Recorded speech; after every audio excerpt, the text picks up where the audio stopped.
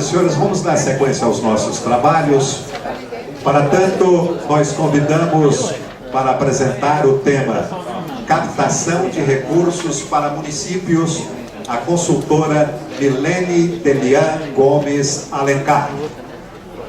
A Milene Delian, sócia-gerente da Cenário Consultoria, possui formação superior em turismo, com ampla experiência profissional.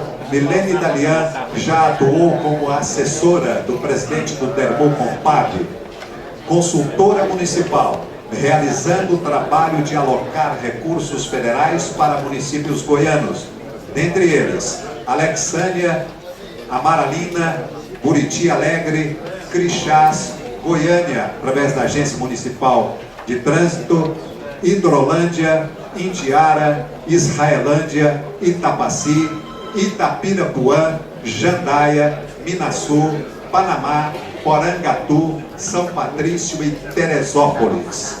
Com as senhoras e os senhores, Milene Delian Gomes Alencar.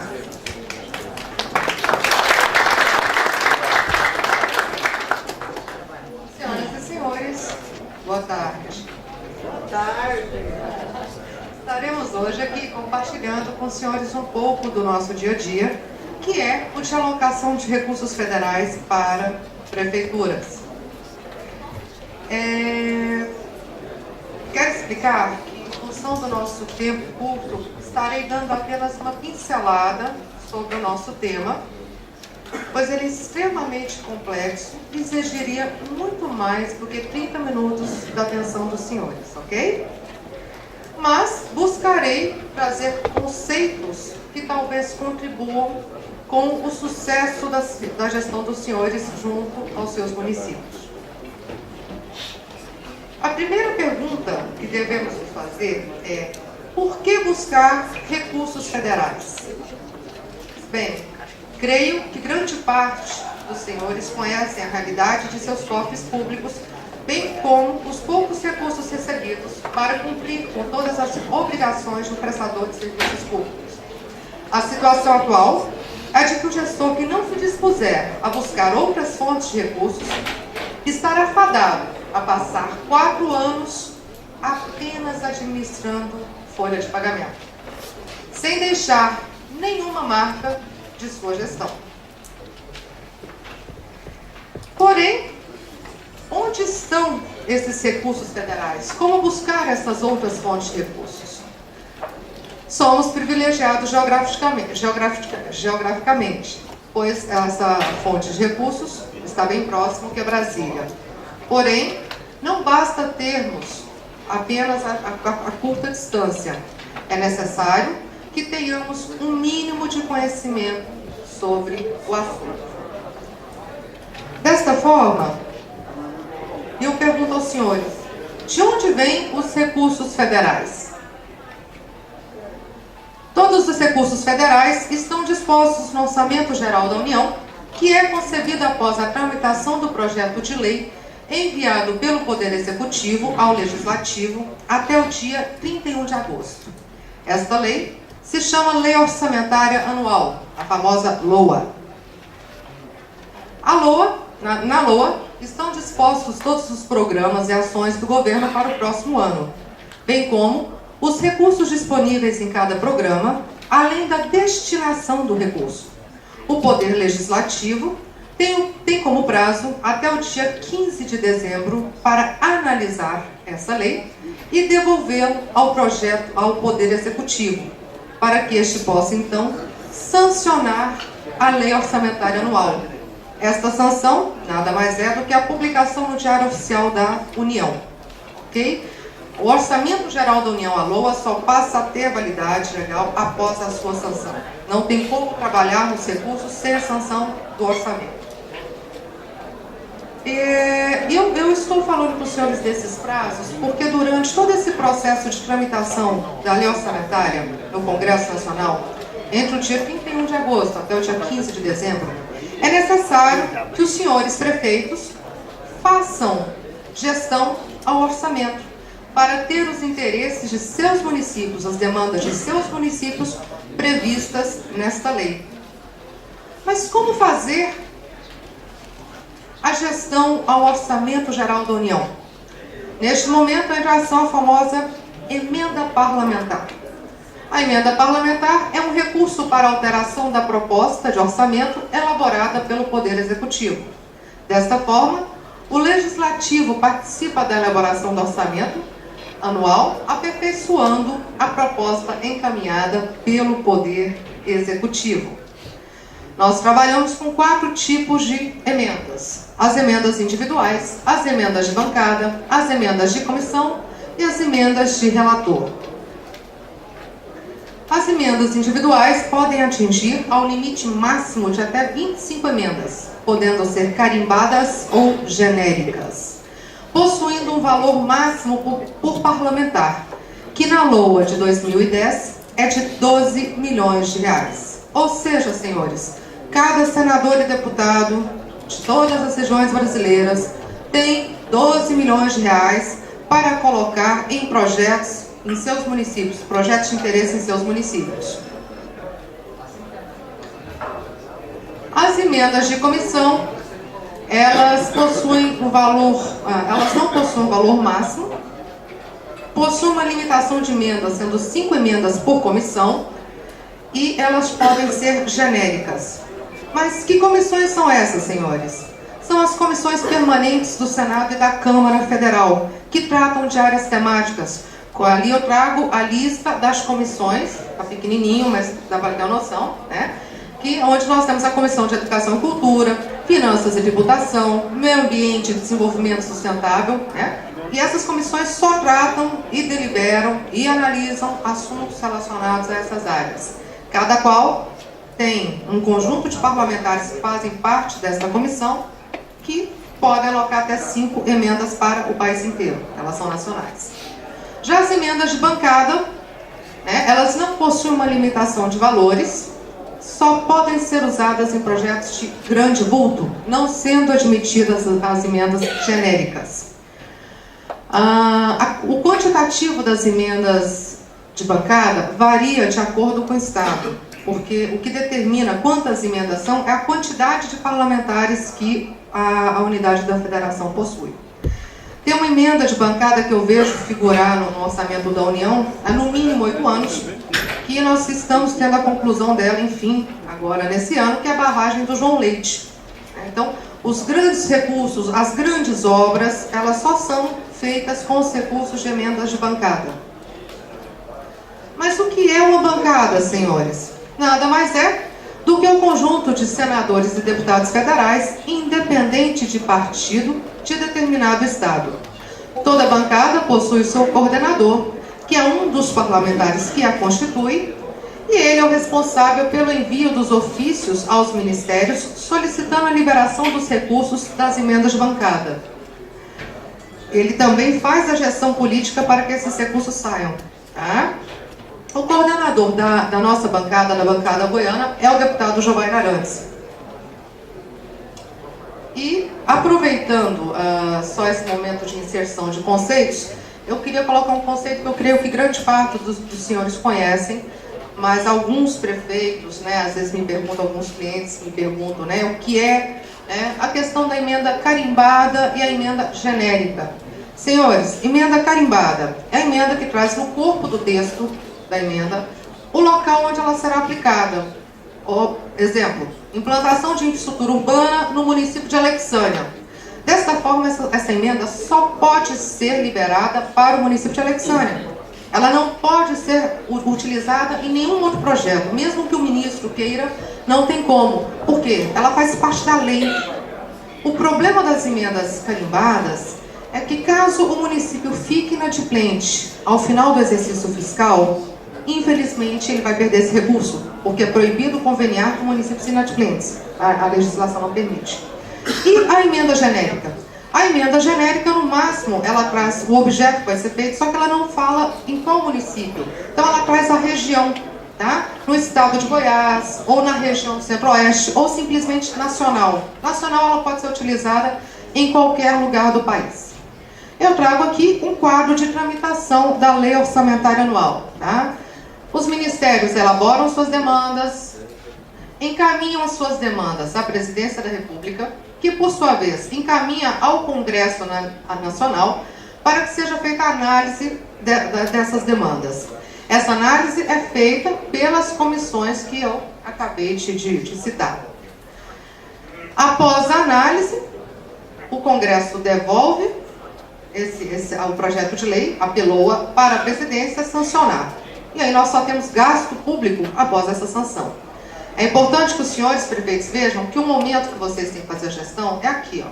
Nesse momento que a LOA está sendo analisada nas comissões, é o momento que os deputados colocam as emendas.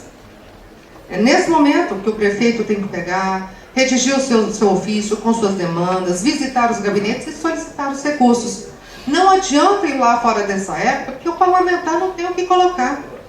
Ok? Bem, creio que todos nós aqui já estamos craques com LOA, emendas, né? Vamos ao próximo assunto, que foi falado de uma forma sábia pela secretária de Habitação do Estado. As transferências, os tipos de transferências que nós temos, feitas pelo governo federal. Nós temos as transferências constitucionais, FPM, FPE, transferências diretas ao cidadão, Bolsa Família, é uma delas, transferências fundo a fundo, né? Nós temos como exemplo o recurso que vai para o Fundo da Educação e da Saúde, as transferências legais e as transferências voluntárias. Todo o recurso federal que nós trabalhamos são obtidos através das emendas voluntárias. Transferências voluntárias, grata.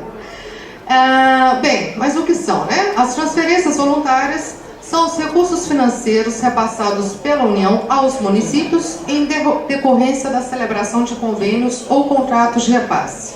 Ela é a entrega de recursos a outro ente da federação.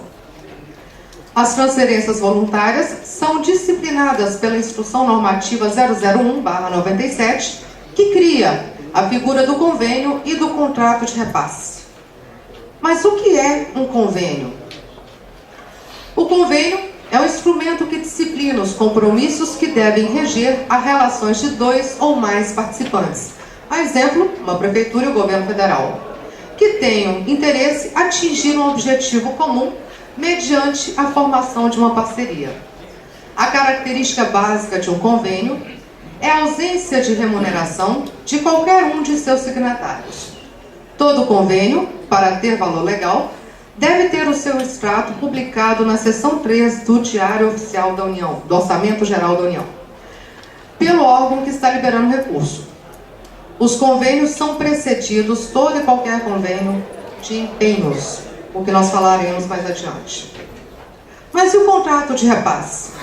É basicamente a mesma coisa que o convênio, porém, entra em ação a figura da mandatária, que é uma instituição financeira designada pelo governo para realizar esta função.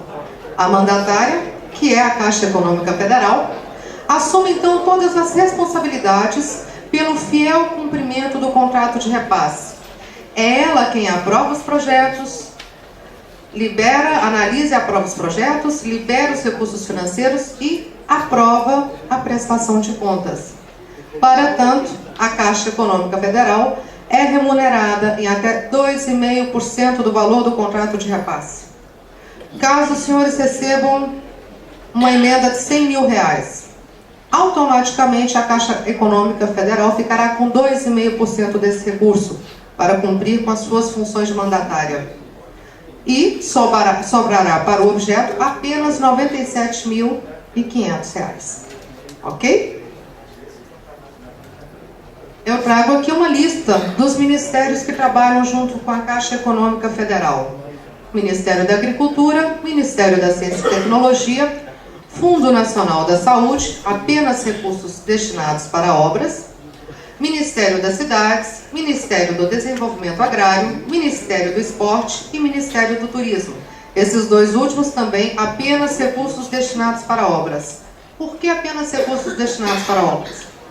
A legislação vigente determina o seguinte: o Ministério que possui equipe para analisar, fiscalizar e aprovar projetos, ele não precisa trabalhar com a Caixa Econômica. Desta forma, esses ministérios possuem, os que não estão aí, e os que, exemplo, o Ministério do Turismo, a rubrica de promoção de eventos, eles possuem equipe que vão fazer a análise, a aprovação e a fiscalização daqueles recursos, ok? Os demais são obrigados a trabalhar com a Caixa Econômica Federal. Aqui eu trago as etapas obrigatórias em qualquer tipo de transferência, necessariamente nessa ordem, senhores. Não há como existir um convênio ou um contrato de repasse que não obedeça esta ordem cronológica. Primeira coisa, o município, ou a entidade, a ONG, o Estado, o que for, ele tem que ter um projeto protocolado no Ministério, um plano de trabalho, uma proposta. Essa ação, hoje em dia, ela é feita via o SICONV, que é o Portal de Convênios do Governo Federal. Então, todo município tem que ir lá e cadastrar a sua proposta nesse sistema, automaticamente já sai o número do protocolo. Esta proposta, ela seguirá, então, para análise, ela será aprovada, e após a sua aprovação, ela seguirá para o empenho, tá? Então, essa proposta vai seguir para o empenho. O empenho, senhores, é o primeiro estágio do gasto público. Não há como existir gasto público sem empenho. Os senhores, nos municípios de vocês, não têm que empenhar a despesa para poder pagar, seja o que for? A mesma coisa acontece com o governo federal, dadas as proporções. Após o empenho, o convênio segue para o seu convênio. Só mais uma coisa sobre o empenho que é importante que os senhores saibam. O empenho cai, tá? Então, caso o Ministério, ele, no meio do caminho, ele resolva que tem um projeto maior e não tem recurso para aquilo, mas você, prefeita de Britânia, já tem o seu projeto lá empenhado. Mas o Ministério precisa daquele dinheiro, então ele vai tirar teu empenho. Ele vai tirar teu empenho e vai colocar no outro projeto de interesse. Então, o empenho não é 100%, é o primeiro estágio, mas ele não é obrigatório, ele não é 100%, tá? E após o empenho, ele segue para o convênio, que é a publicação no Diário Oficial da União. Todo e qualquer recurso só está seguro a partir do momento que ele é conveniado. A partir desse momento, é caracterizada, é constituída a obrigação do governo com aquele projeto. Ele não tem mais como voltar atrás, salvo se o município não cumprir com as condicionantes do contrato, que é não apresentar a documentação dentro do prazo estipulado, dentre outras formalidades, ok? E o pagamento, senhores? O pagamento é sempre uma novela, né? Pois é, mas o pagamento, o que grande parte dos prefeitos não sabem, dos gestores, dos secretários, é que ele só é liberado depois da aprovação completa de todas as peças do processo. Ou seja, projeto de engenharia, licenciamento ambiental, titularidade de terreno e outros documentos. Alguns casos, algumas excepcionalidades, quando o Ministério está com recurso lá, como eu tenho dinheiro, ele fala, vou pagar o projeto desse moço aqui, e coloca o dinheiro na conta. Porém, esse recurso ele fica bloqueado, a gente não pode ter acesso. Então, o nosso acesso, o recurso, não adianta alguém chegar e falar, eu vou agilizar para vocês o recebimento. Não existe isso. Vocês só vão receber o dinheiro após a aprovação completa do projeto, ok? Eu trago aqui aos senhores esse modelo de uma nota de empenho. Eu acho importante que conheçam o que é uma nota de empenho. A gente só escuta falar, mas não sabe o que é uma nota de empenho. Esse documento está impresso no material do cenário, que foi distribuído aos senhores, está na pastinha assim, tá? Tem vários documentos de consulta. E eu já deixei para que os senhores saibam o que é cada linha de um empenho. Senhores prefeitos, toda vez que algum deputado, senador, funcionário de ministério, seja quem for, informá-los de que liberou um recurso para os senhores, solicitem a nota de empenho. Só dessa forma vocês vão saber se esse recurso realmente existe, né? Porque tem muita gente que fica falando que liberou, mas cadê o dinheiro que nunca chega? Ele não foi empenhado, ele não cumpriu nem o primeiro estágio, que está o último, né? Então solicitem a nota de empenho. Eu aproveito e trago também o modelo de uma publicação de um extrato de um convênio no Diário Oficial da União. Ele traz as informações básicas. Todo convênio, todo contrato de repasse é publicado no Diário Oficial da União. E ele traz as informações básicas. Os convenientes, né, o Ministério, o município, os valores da contrapartida do Ministério e as datas de vigência, senhores, início e final de vigência, tão importantes para as nossas prestações de contas. Ok? Bem, mas para termos acesso a tudo isso, é necessário que façam o dever de casa, como disse a secretária de Habitação mais uma vez. E o que é o dever de casa de um gestor público? É deixar o seu CALC em dia, possuir equipe de elaboração e acompanhamento de projetos e realizar gestão em Brasília. Mas CALC? O que é um CALC, né, senhores? O CALC nada mais é do que o Cadastro Único de Convênios, que são as exigências para a formalização de convênios, ditas na Instrução Normativa 001/97. Senhores prefeitos, quem é o responsável pela atualização do CALC dos senhores? Seus assessores contábeis e jurídicos. Não adianta ficar indo atrás de terceiros, porque eles não saberão resolver. Quem tem competência para resolver isso, não só competência, é porque grande parte dos documentos solicitados no CALC são elaborados pelos assessores contábeis e jurídicos. E onde esse CALC é atualizado? Na Caixa Econômica Federal. Basta colocar o documento dentro da Caixa, que ele será 3, 4 dias, eles são super eficientes com isso, o seu CALC estará atualizado. Bem, mas adentrando um pouquinho mais dentro do CALC, não é bonito o CALC, mas o que quer dizer cada linha daquela do CALC? Esse é o famoso CALC. São vários documentos exigidos. Quando eu comecei a trabalhar na área, eu ficava muito confusa. Eu li ali, exemplo, sequência 100, dispositivo LRF, artigo 11, arrecadação de tributos. Eu olhava isso e falava, e aí, o que isso quer dizer, né? Prefeitura está inadimplente em quê? Então eu fui fazer uma pesquisa, e aí eu criei aquele quadrinho ali na lateral. Esse documento também está impresso no nosso material com vocês, que diz o que quer dizer cada linhazinha dessa, que não tem nenhum bicho de 7 cabeças. A IRF, artigo 11, é apenas o anexo 10 do balanço que não foi apresentado dentro da Caixa. É só levar o anexo 10 do balanço. E assim seguem os demais, ok? Bem, e quanto à equipe de elaboração e acompanhamento de projetos? Senhores, é vital que o município possua, seja uma equipe interna, seja uma equipe externa, mas ele tem que ter uma equipe que entenda do que está fazendo. Por quê? Porque é muito complexo mexer nessa área. A legislação de convênios e contratos de repasse, ela muda todo ano, muitas vezes 2, 3 vezes no mesmo ano. O Ministério do Turismo, no final do ano passado, editou um decreto estabelecendo as normas para a execução de projetos de eventos. Em janeiro desse ano, ele fez isso em dezembro. Em janeiro desse ano, no dia 18 de janeiro, eles engordaram esse decreto na surdina, não sei porquê, deviam ter editado um outro, modificando várias coisas e limitando o valor que os municípios podem receber de recurso. É um absurdo. Mas, enfim, se os profissionais não entendem da legislação, eles não vão conseguir elaborar. Eles não vão conseguir acompanhar. E muitas vezes, temos que ter projetos. Também acho que nós temos que ter projetos, mas tem que ter acompanhamento. E é muito difícil acompanhar esses projetos, porque cada hora eles estão no setor, seja da Caixa, seja do Ministério, são pessoas diferentes, cada técnico analisa de um jeito. Eu já cansei de dar entrada no mesmo projeto para vários municípios, e como esse mesmo projeto cai na mão de técnicos diferentes, cada um vinha com um parecer diferente, com uma diligência diferente e com uma exigência diferente. Então a gente tem que ter o pessoal que acompanha, tá?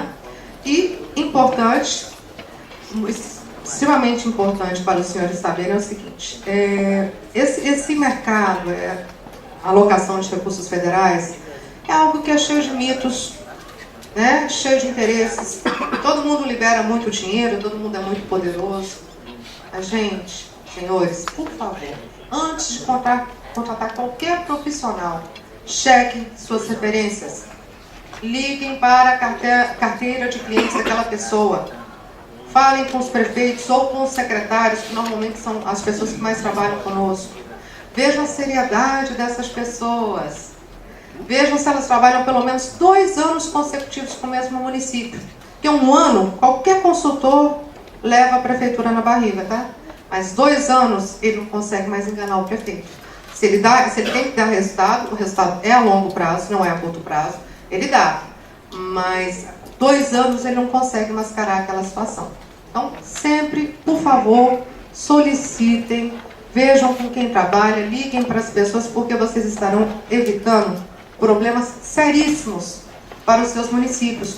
Porque essas pessoas, esses profissionais, como não são habilitados, eles irão instruir o seu município a realizar convênios errados, a fazer o gasto da forma errada, e depois vocês não conseguirão prestar contas, ficarão inadimplentes. Muitas vezes tendo que devolver o recurso integral para a União e corrigido, para piorar tudo. Ok? Bem, e a gestão do prefeito, senhores? A gestão do prefeito é ir a Brasília sempre, é ir a gabinetes de deputados, de senadores, levar suas demandas, ir no momento correto, porque não adianta também ir no momento errado, levar suas demandas, ir aos coordenadores e diretores dos programas dos ministérios, que são pessoas normalmente acessíveis, extremamente acessíveis. Levem os projetos que você já tem cadastrado no Siconv, leve só a listagem, não precisa levar o projeto inteiro, só a listagem, o projeto, o número do protocolo. Sentem, conversem, mostrem as dificuldades que o seu município está tendo por não possuir aquele recurso. E essa simples ação vai garantir o recurso lá no seu município. A gente trabalha há muitos anos na área. Eu sempre costumo dizer a todos os nossos clientes que eu não tenho canal de acesso em lugar nenhum. O que eu tenho é a parte técnica perfeita. E eu te instruo a parte política, fazer a gestão política do recurso. Nós, trabalhando dessa forma, a gente consegue fazer o recurso chegar no município. É fato, isso aí é uma coisa que eu vejo, vivenciei. Às vezes até eu fico um pouco assustada, ao ver, eu faço pesquisas no CIAF do que o município recebia de recurso antes de trabalhar conosco e depois. Eu fico assustada. E não é, fomos lá e fizemos alguma coisa. Não tenho acesso em nada. Mas nós sabemos ler um orçamento, ler uma LOA e instruir o prefeito da forma correta, ok?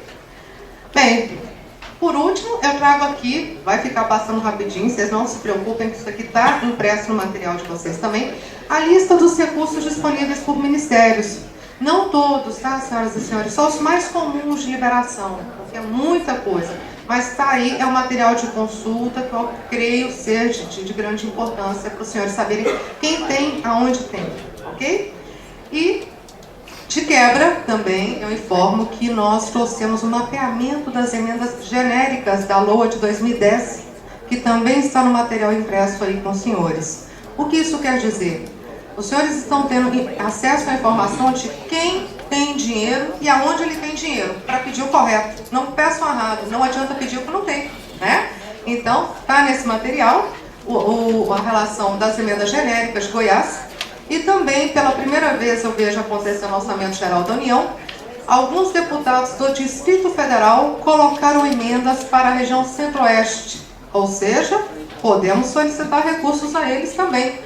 A partir do momento que ela está com escopo na região Centro-Oeste, nós podemos e devemos ir lá e solicitar o recurso, ok? Bem, é isso aí por hoje só. Eu queria agradecer mais uma vez a atenção de todos os senhores.